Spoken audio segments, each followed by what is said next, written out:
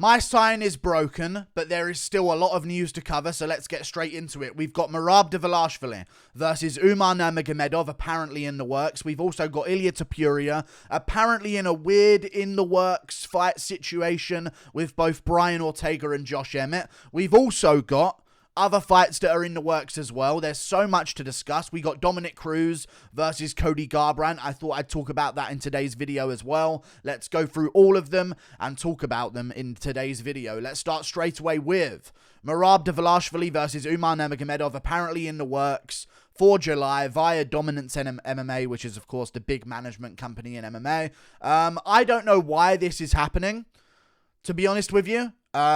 It's very interesting, and let's just be real. Umar Nurmagomedov is getting preferential treatment. They might just hate Merab Dvalishvili and want to get rid of him with Umar Nurmagomedov, but people talk about, you know, Dana White privilege and all this. How about Dagestani privilege, man? Can we be real for a second here? Umar Nurmagomedov last beat Raoni Barcelos. Okay? He last beat Raoni Barcelos, who may have been number 15 in the bantamweight rankings. And now he's getting number 1 ranked bantamweight contender Merab Dvalishvili. Really put that into perspective for a second here. How does that make any sense? I love the matchup. It's very intriguing. He beats Raoni Barcelos, who might not have even been ranked, by the way. Might have been ranked number 15. He got number 11 in the rankings for beating him. Okay? Number 11 in the rankings for beating him. And now he's being given number 1 in the division, even though Sandhagen and Merab have verbally agreed to fight each other. If this is true, I don't care what anyone says, Dagestanis get privilege in the UFC. That's all. You just got to come clean and accept it at this point. This guy's getting the absolute golden treatment. Oh, you beat a guy who was number 15 or maybe not even ranked? Let's put you at number 11 and give you a title elimination bout. How does that make any sense? Either way, let's talk about the matchup potentially happening. I'd much rather see Umar Nurmagomedov take on maybe the winner of Chris Gutierrez versus Pedro Munoz. Maybe take on the winner of another matchup. I mean, Abu Dhabi's in October. He doesn't need to be that active, does he? Not only are they really... It's not like he's been out for a long time. He fought in January. He can wait until October. He's 27 years of age. It's not like he hasn't had a fight in 2 years. Everyone keeps turning him down. Does he need to fight in July? It's very interesting. And they were offering this fight, allegedly, for May as well, which is just absolutely crazy. They were apparently offering Merab to take this fight in May. And that's what they wanted to do originally. And Merab was like, hang on a second. Hang on. You know what I mean? I just fought 5 rounds. Why are you offering me this fight in May? Let me wait until July and I might make that fight. So I think this is up to Merab to decide, kind of, right? Sort of up to Merab to decide. Merab versus Sandhagen or Merab versus Umar. So it's up to kind of Sandhagen when he's looking to come back. But I would much rather Merab Dvalishvili versus Corey Sandhagen than see Umar, who we don't even know how really good he is yet. I know he beat Raoni Barcelos, but few fighters are beating Raoni Barcelos. You know what I mean? It's not like he's... I know he's good, but it's not like he's an unstoppable force that's absolutely top 5 monster, Raoni Barcelos. The dude was barely ranked. So to give him, after a win over him, number 1 in the division is absolutely crazy. I would much rather Merab versus Sandhagen. It's a much more legitimate matchup. And I'd like to see Umar, like every other person ever in UFC history, have to work his way up the division. Even McGregor got Poirier. You know what I mean? And he was ranked at number 13, number 12 in the division. And he got Poirier, who I believe was number 4 or 5. This guy's getting number 1 for barely beating a ranked opponent that may or may not have been ranked. The privilege is unreal for these Dagestanis. But, yeah, apparently they want to make this matchup. I don't know who would win. Like, genuinely, I think Umar has a really good chance of winning. I just think Merab has proven his style against way more opponents. That's the only difference I would say. Now, I do believe that Umar Nurmagomedov would be able to out-scramble Merab Dvalishvili, but I predicted that Petr Yan would be able to do that, and Petr Yan did. Out-scramble Merab and stuff all of his takedowns. But it just still wasn't enough, because Merab just kept shooting takedowns. So that's the issue. Even though Umar Nurmagomedov could stuff the takedowns of Merab and constantly get back up to his feet, Merab's just going to keep shooting. Non-stop. Keep on shooting those takedowns over and over and over again in the fight. And I think Umar might get it sort of, might really suffer in that matchup. Who knows? You know, we've seen people beat Brian Kelleher a lot easier. Or as easy as Umar Nurmagomedov did it. Mario Batista beat Brian Kelleher as easy as Umar Nurmagomedov did it, you know? He took Nate Maness to a decision. You know? So did Tagir Ulanbekov. He finished him in the first round, in fact. Tagir finished Nate Maness in the first round. Fair play, he was moving down a division, but still. Tagir finished him in the first round, and we've seen Tagir get out-grappled and out-scrambled by guys like Tim Elliott. In these smaller weight classes, there's rapid jumps in skill at every single area of the rankings, which is why I think Umar should be going up a little bit slower, so we can actually see how good he is before he gets a title. Let's see him beat a ranked opponent before he gets a title elimination bout. I've never seen this, so if this is true, craziest thing I've ever seen. Absolutely pathetic matchup.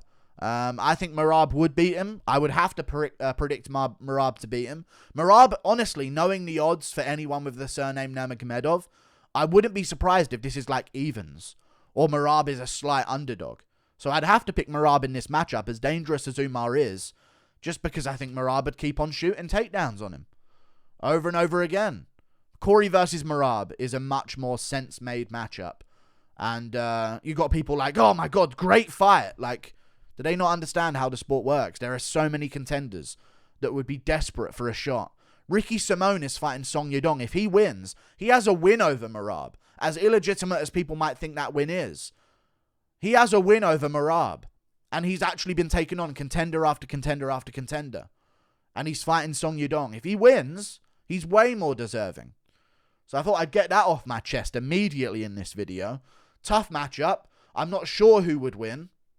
But I would lean towards Merab Dvalishvili based on what we know rather than what we think. You know what I mean? And what we're guessing that we know. We move on to another story or another fight that's been talked about. Ilia Topuria has been offered 2 fights from the UFC. This has been Brian Ortega and Josh Emmett, and that is for the UFC 290 card on July the 8th. I'm telling you, that might be the best card of all time. The way they're talking about the card, it's looking like it's going to be stacked top to bottom. I hope Edwards comes around and they say, listen, Edwards, it's going to be the biggest card of all time. We'll give you pay-per-view shares for this card. Here's 5% pay-per-view shares of this massive card that's going to probably sell about 1 million pay-per-view buys. So I'm really looking forward to it. Ilia Topuria has been offered again. Brian Ortega or Josh Emmett. Is it weird that I think that Josh Emmett is more dangerous of a matchup somehow? Just because I think he'll like it in the pocket a lot more than Ilia Topuria.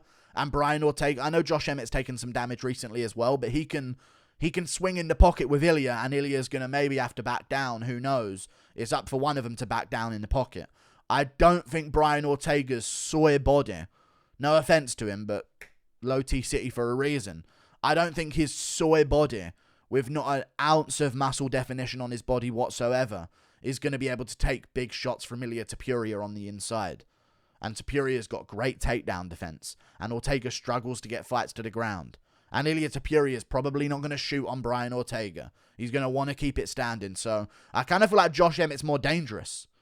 And it'll be a crazy fight. And that's one of those fights where people are going to know, oh my god, this is like Chandler versus Gaethje for the bantamweight version. Like, this is going to be an absolute war in the pocket as long as it lasts. So I think Ilia Topuria, Josh Emmett is more risky and dangerous. But Brian Ortega is also a dangerous matchup, of course. But I just think Ortega, with his injury, he's been out for a long time. You know, he hasn't had the best run recently. He's taken a lot of damage recently as well. And I'm just worried about Brian Ortega. I think he should be looking at like a bit easier of a comeback fight for himself against like a Calvin Kattar maybe. Not easy, but just a better stylistic matchup for him to try and attempt, because Kattar will have been out for a long time. He's taken some damage. He's coming off an injury, so Might be a little bit better for Brian Ortega to go into. But this is great. Ilia Topuria on the UFC 290 card. Let's get Ilia towards the top of the rankings. This is a guy who actually has beat a legit ranked contender in the featherweight division. He's sitting at number 9 in the division as well. Was supposed to fight Evloev. Ended up fighting Bryce Mitchell. Bryce Mitchell's number 11 in the rankings right now, and Topuria smoked him pretty well. So that would be number 9 versus number 3, or number 9 versus number 5. That's logical. I wouldn't even want Ilia Topuria getting the number 1 contender, and he's proven himself more than Umar has. What a weird division we are in, or what a weird time we are in with these decisions that are being made. Ilia Topuria, Brian Ortega, or Josh Emmett. I want the Brian Ortega fight. It's a much bigger fight, right? A much bigger fight. I still believe that Ilia Topuria would need one more win outside of that, especially if Allen does beat Max Holloway, because Allen would be the guy that would be getting the title shot in the featherweight division, and Ilia would have to fight someone else that's coming up, maybe the winner of a Giga Chikadze, the Korean Zombie matchup. You never know. Do it in Fight Night, Georgia. Giga Chikadze versus Ilia Topuria. That could be a good little situation, but yeah, I like that. I think Ilia Topuria would beat both of them. I think he's going to make it to the top, and it's going to take Volk to figure him out. That's what I know about Ilia Topuria. He's going to make it all the way to the top, and then my man Volk's going to say, you had your chance, you ran through the division, but you're done. And he's going to smoke him and figure him out on the feet. But yeah, there's a lot of these guys at the top 5 of featherweight right now, outside of Holloway, but maybe Holloway included, that look like they're dipping a bit. They're getting up there in age. They've taken their damage. They've been shown by Volk that they can no longer have title aspirations, or shown by Yair, in Josh Emmett's case, that their chances at a title are pretty slim. And Ilia Topuria's got all that confidence going into those matchups. So I want to see either one of them at UFC 290. Do you want me to do a UFC 290 card builder? I was thinking about doing that this week because there's no fights this weekend. But yeah, I think Ilia beats both of them. If I'm going to say either one to give me a fight of, Brian Ortega would definitely bring in more pay-per-views than Josh Emmett. And then they could do Josh Emmett versus like a Movsar Evloev instead, which could be an interesting matchup. We move on to another situation, or another set of fights that have been announced or talked about. We got a few of them in the works. Li Jingliang has pulled out of his fight with Michael Chiesa at UFC 287, and he needs spinal surgery, so it's a legit injury that he has. He's definitely going to need some time off. And I think either they need to say, Ian Gary, you wanted to fight on the April pay-per-view. Sorry, Daniel Rodriguez. We'll find you another opponent at a later date. Who knows what they're going to do with that. Let's move Ian Gary in there to fight Michael Chiesa. Or, seeing as Michael Chiesa turned down Kevin Lee in a rematch, allegedly, and has turned down another person in Nico Price, who put his name out there, I don't know what Michael Chiesa wants. Maybe he doesn't want really a short notice turnaround. Maybe he wants a little bit more time to prepare. I know that Mikel Pereira, who's a ranked welterweight contender, which is probably something that's a little bit more up the street of Li Jingliang. I mean, more up the street of Michael Chiesa, because, of course, he wants a ranked opponent. He doesn't want to train all this time and then just get given a guy that's outside the rankings. Mikel Pereira's number 15. Li Jingliang isn't even ranked, so that would be an even better matchup for Michael Chiesa to get. And also, Pereira doesn't like the ground game too much and would gas if he kept trying to chain wrestle him. So it's also a good matchup for Chiesa. But I would say the April pay-per-view, I don't want to curse it and have a bunch of fights fall off of it. It's kind of good enough, is it not? It's kind of good enough, the April pay-per-view card, as it is. We got Pereira Adesanya 2, Burns versus Masvidal, Font versus Yanez, Rosas Jr., Rodriguez, Kevin Holland, Santiago Ponzinibbio. You've got a main card that's no matter what going to be good, you know? You've then got Gastelum Curtis on the prelims. So you've got a replacement fight for any of those main card fights that fall out that's also equally main card worthy. And the prelims are pretty nice as well. You know, Chris Barnett's back on the prelims. Meerschaert versus Joe Pyfer. That's a decent preliminary fight. We got Michelle Waterson. She's a pretty big name for a women fighter. Yeah. Ignacio Bahamondes is on the card with Trey Ogden, so they just added that to the card as well. Trey Ogden versus Ignacio Bahamondes. So maybe they aren't going to have Chiesa back on. They just added that to the card. Just announced, by the way. Trey Ogden versus Ignacio Bahamondes, which is interesting. Trey Ogden filled in. He was supposed to fight last weekend. He didn't get the matchup. Ignacio Bahamondes was supposed to fight Motta. They took that off the card. Now it's back on. So they've actually found a replacement for the prelims of the card, Let's move Chiesa to a later date, I think, is the best move here. If I was in charge of the UFC, I'd be looking at my fight cards in April and I'd be saying this. UFC 287 is in a week and a half. That's fine. We've done enough. It will sell itself. The main and co-main events sell the card anyway. As long as they stay together, we're good. And if they don't, that's just the luck of the draw. Holloway versus Allen card is also really good. Stacked. The Blades versus Pavlovich card is stacked, maybe overstacked, in all honesty. Maybe overstacked. It's such a good card. And it's a fight night in the Apex as well, which is a waste, in my opinion. Then you've got an Apex card at the end of the month, April 29th. That's what I'd be looking at. It's got Sarukian versus Moicano as the main event, and then not much else going on the card. Arosa versus Padilla, you know what I mean? Baraujo Oleksiejczuk, that's a great matchup, but it's not got quite the substance that the other fight night cards have. So I'd say, Mikel Pereira, you need time to make weight. You got a month. We told you to stay ready once Sean Brady pulled out of your fight.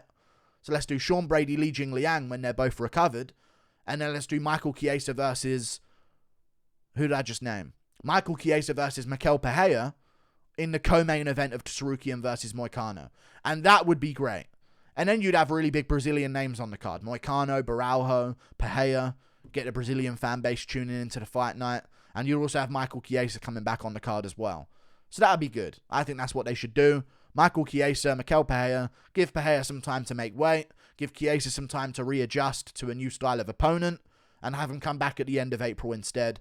And they can both make weight and be the co-main event. And then that card is now good. That's what I would do. We move on to another situation. There's a few other fights that have been announced. I'll just skim over these. Not too much beyond this has been announced. So let's talk about them.